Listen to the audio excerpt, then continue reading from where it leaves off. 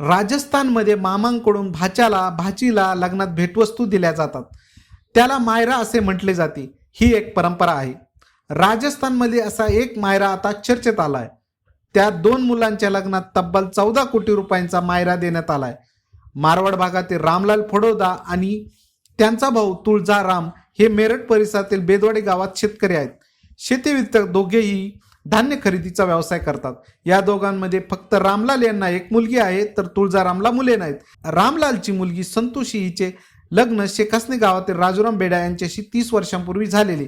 आता त्यांच्या दोन्ही मुलांच्या लग्नासाठी रामलाल आणि तुळजाराम हे मायरा म्हणजे भेटवस्तू देण्यासाठी शेखासनी गावात गेले. त्यांनी मिळून तब्बल 13 कोटी 71 लाख रुपयांच्या भेटवस्तू दिल्या आहेत.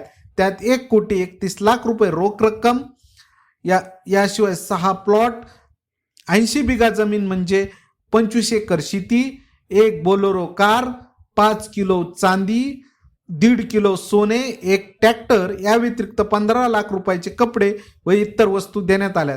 दोन्ही मुले उच्च शिक्षित आहे. एक मुलगा MBBS आणि एक इंजिनियर झालेला आहे. विशेष म्हणजे राजस्थानमधील हा मायरा आतापर्यंतचा सर्वात मोठा मायरा असल्याचं बोलले जात आहे.